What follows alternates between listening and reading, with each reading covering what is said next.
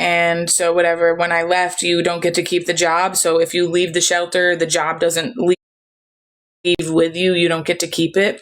So long story short, the boss texted me and she said, we need you back so badly, but because you would be considered a volunteer because you're not in the shelter, you would not get paid. But at this point, I just need a sense of normalcy and a routine that I'm almost willing to go back there. But it's Monday through Friday.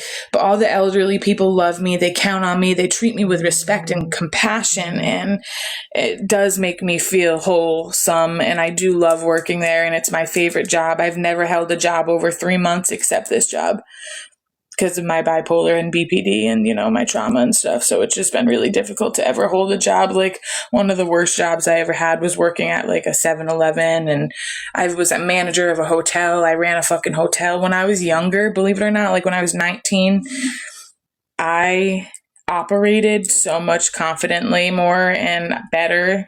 But because of the trauma that I've experienced from 19 to now 30, it has changed me tremendously. So I'm just working on me, healing, getting to where I'm supposed to be. I'm applying for all subsidized housing, Section 8. I'm on HUD, but there's also another thing that comes with that.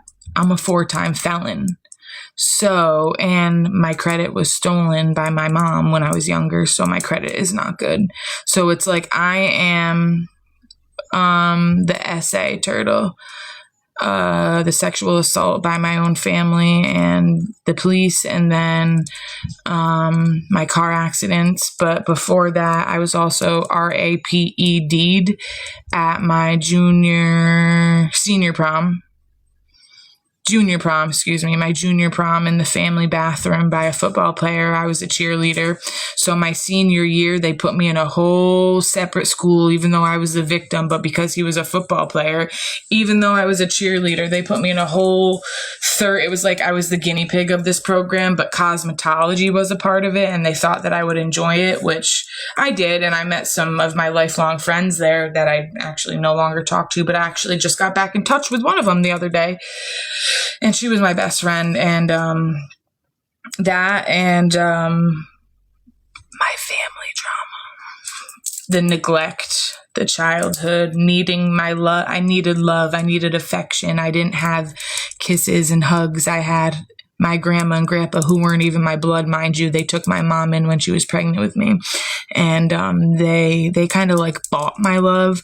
Like when I told you about the 5 cars I had, they're the ones who helped me buy them. They're the ones who helped me with insurance. They bought my love, even though they took care of me more than anybody in my life. And God rest my soul. My grandma's passed almost 3-4 years ago. I don't even know. And that really fucked me up too. 3 years ago. Yeah. And, the worst trauma, I don't know. There's a lot, honey. It's okay. It's okay, Jerry. Don't be sorry. I'm a warrior. When I was 2 years old, I was severely abused by a man that my mom was dating. His name was John Brown. I was 2 years old, so that means if my mom had me at 19, 20, 21, she was 21, 22. She worked a double. And she had been with him for like 3-4 months. She never saw any signs of abuse or drug use or anything like that. He also had a son that was a year older than me. So she had asked him if he could watch me one day. We also lived on a street called John Street in a yellow house on the 3rd floor. Or second or 3rd floor. And I have to see this house every single day on my way to the clinic. But long story short, he babysat me. Like I said, my mom never saw any signs. So he's babysitting me. I'm 2 years old. The very first thing he did was, do you guys remember like the old school high chairs, like back in the day that like clipped on? They like clipped on the top. You know what I mean? You clip them on. So he would put my hands like where the clips are. This is the whole story. Ready, guys? It's pretty sickening. If you don't want to hear it, you can leave. So sad story coming ahead. Trigger warning, trigger warning, trigger warning, trigger warning, trigger warning, trigger warning, trigger warning, trigger warning. So he took the high chair and he put me in the high chair like I'm a 2-year-old and my hands were like it clamps, and he took the top and he slammed it as many times as he could. So I had like bruises, like lines, like my 2-year-old hands like this, right? Just going up my forearm, just lines. And then I had a bear like this big that my dad got me when I was 2 years old. He put me on top of it, threw me down the cellar stairs. He must have been on PCP or crack or something. We still don't know to this day. Just hear me out. Threw me down the cellar stairs on top of that teddy bear, opened the back of the teddy bear's arm. It's ripped to this day. It's in my grandma's basement. My grandma that passed away. I don't talk to my grandpa anymore because of what he did to me when I was a child, but whatever. That's a different story. But that bear is still down in that basement to this day. He ripped the back open of the arm and said, "This is what I'm going to do to you." And he threw me down the cellar stairs again, and he ran down the cellar stairs, got me, "Oh my God, are you okay? Are you okay? Are you okay?" I had bruises everywhere. He takes me back upstairs. He puts the bathtub on, and I remember this. My 2-year-old brain remembers this. I remember him putting me in the bathtub, and it had like this much water in it, maybe like around here to here.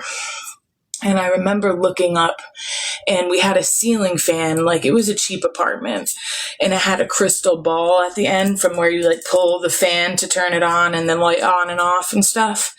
And I remember I pooped. I was 2 years old. I didn't know any better. I pooped in the bathtub, and he took my shit and he choked me with it, put it in my mouth, smeared it on me. And like, I didn't even know. I was just crying. And then he's like, "Why would you do that in the bathtub?"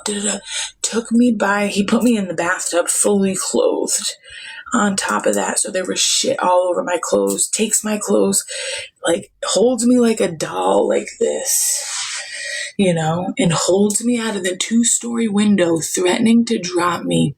And he goes, "You know what?" He throws me on the ground, and he used to do this to his son. Mind you, this is such a mind fuck. His son was my best friend in high school. What? Make that make sense. But long story short, he takes me into the room and he gets metal hangers. And he goes, "Here comes the stingers. Here's the stingers. The stingers are coming." And pretend this is a metal hanger.